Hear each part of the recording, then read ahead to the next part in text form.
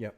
Okay, so you've hinted at this on your show, and I think Joe Rogan mentioned you by name in terms of how this Bernie interview got set up. Could you give a little bit more insight into how that actually came about? Yeah, sure. So, yeah, I mean, I have some connections at the Bernie campaign, not directly to Bernie himself, because, he's the man and he's busy and he's also 1,000 years old and probably has no idea who I am. Oh, you're not. You mean you're not texting Bernie all the time? No, I think that'd be pretty cool if I was, but I'm not. Do you think he texts? I don't. Yeah, that's actually a really great question. He probably doesn't. He's probably like, why don't you just call me? I don't understand. Yeah, but you gotta fax him. Exactly. So I know some people in the Bernie campaign, and long story short, I've been on Joe Rogan's show twice. Me and Joe get along really, really well, and I really like him. And I really admire the podcast he's created. And does that mean that you're part of his gateway to the alt-right? How dare you? It's funny that you mentioned that, because I'm like a staunch Rogan defender, maybe in part because of what you just spoke. Yeah, it might be in part because of what we just spoke about, which is like I know him personally, so I feel like an affinity for him. But I also just feel like Joe Rogan is actually doing what guys like Dave Rubin only pretend they're doing. And what I mean by that is Joe Rogan is actually setting up like a totally open marketplace of ideas. And he is the kind of person who will have on a guy like Steven Crowder or Ben Shapiro, but then he'll have on me, and he'll have on Jimmy Dore, and he'll have on Abby Martin, and he'll have on Bernie Sanders. You know what I mean? So yeah, he's had Matt Taibbi on, exactly. Johan Hari. But he never gets credit for that. He only gets, people dunking on him saying, how dare you have on this terrible right-wing character. I mean, his guest roster probably is a little bit more skewed to the right, but I think that's only because there are more just like right-wing people who seem interesting to him. And I don't know that I would fault him for that. I would fault left-wing people for not being more interesting. Okay, you're kind of getting to exactly what my point has been to the left for a really long time, which is like I've always maintained, because they love going after him whenever he has on somebody bad. And my reaction is always like, hey, dude, chill the hell out, be a normal person, and then he might invite you on. Like, if you're doing something interesting and he comes across something, he will invite you on. That's how he came across me, because he mentioned, I think in his talk with Steven Crowder, he's like, man, I'd love to have like some left-wing people on. I just, I haven't come across anything. And then I tweeted him and I said, hey, man, here's a list of like prominent left-wing commentators. I'm sure any of us will be, willing to come on. And then what happened was Joe saw that tweet. He then went to my channel, watched a couple videos, and he reached out to me and he DM'd me and he said, hey, man, I saw this video that you did. I think it was on some evangelical pastor who was saying that Trump is born again or something, and his past doesn't matter, or something along those lines. And he liked that video so much that he was like, hey, man, yeah, definitely come on the podcast. So my argument has always been like, if you're, instead of like shitting on him for having on right-wing people, how about just be more interesting and do better work, and then he'll invite you on, because he will.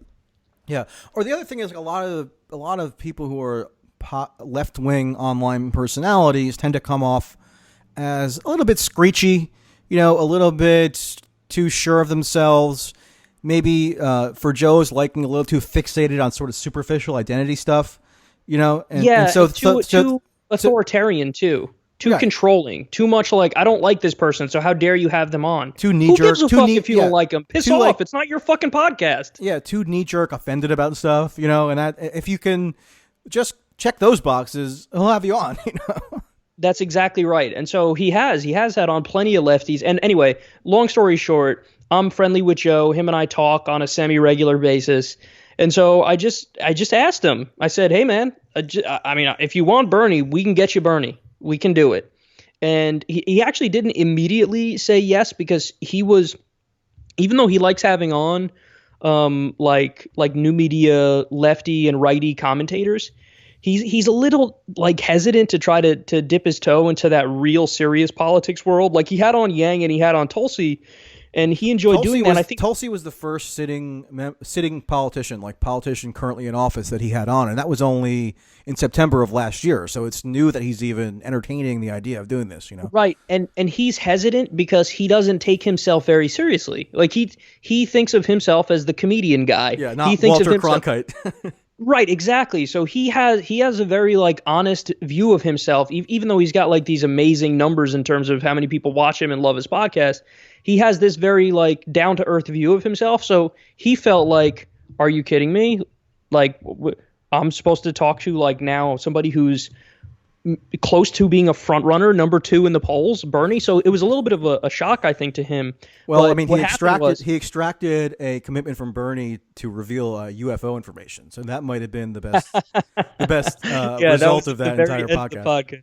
Yeah, imagine he probably was like the main thing that got him on. But anyway, so what happened was, I spoke to Joe about it, and he said, "Let me think about it. I'll get back to you."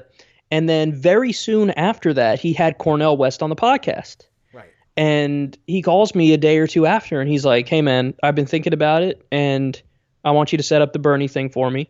And so I did. And he told me that talking to Cornel West really opened him up further to wanting to have a conversation with Bernie, because Cornel had mentioned in the podcast a number of times, like that's why I'm campaigning for Brother Bernie.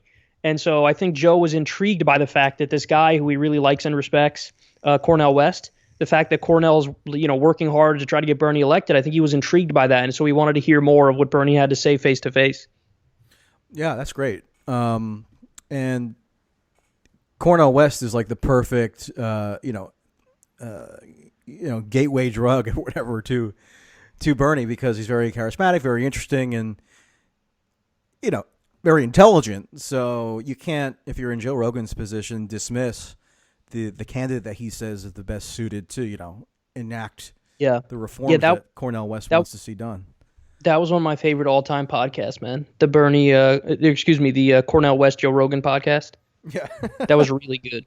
I haven't actually watched the entire thing. I've watched clips of it, but I guess I'll set some time aside and watch it. It's really good. Cornel West has this amazing ability to like kind of weave in all types of stuff as he's making a point. Like he'll talk about music and artists, and he'll ancient weave philosophy, and he can go exactly anywhere. he'll weave in philosophy and politics, and you're like, oh my god, you just like hit me over the head with a bunch of really interesting points. And he just exudes like a genuinity, right? He doesn't seem like he's ever putting on airs at all. And he's not, there's not a hateful bone in his body. Like there was a point in the podcast where he said something that you never really hear from prominent like lefty intellectuals. He said something like, he was asked about, Job had brought up an argument like, well, what do you say when the right wingers say this? And his response was something along the lines of, well, first of all, we got to listen to our right wing brothers and sisters. Mm-hmm. Like we got to hear them. And then he gave like a very poignant, counter to whatever the point was that Joe said, like that a right winger would make. And I thought like, man, what a brilliant way to like really disarm somebody who you might disagree with massively, to let them know like, hey man, like I'm listening to your concern. I don't think it's like stupid. Like I don't think what you're telling me is stupid. I just think here's why I disagree with you. But I'm not like just glossing over it. I'm actually listening to you. And I thought, man, like, because what happens when you say something like that, and when you act like that, and when you call everybody brother and sister, and you have love for everybody, is they're more than willing to listen to you and give you a chance. And so even though Joe's like fan base has this reputation of being like right leaning, go look at the like to dislike on the Cornel West podcast. Everybody knows he's a prominent left wing intellectual, and the likes are through the roof, which shows you that people, it's possible to get through to people. You just don't write them off. Like listen to them and make your argument and engage, and then there's a decent chance you can convince people. Yeah. I think people sort of misconceive of his audience as in overtly political terms for some reason, when I think it's mostly apolitical. It's mostly just sort of like people who don't like BS and think that he raises some interesting subjects, and maybe they have some political instincts. But in terms of like a strictly partisan framework, that doesn't make sense for his audience. Yeah, I totally agree with that. I do feel like it's kind of an apolitical audience, and they just, again, they may have some political instincts, like you said, but relatively apolitical, and I think they're willing to hear people out, even people who might present totally different worldviews.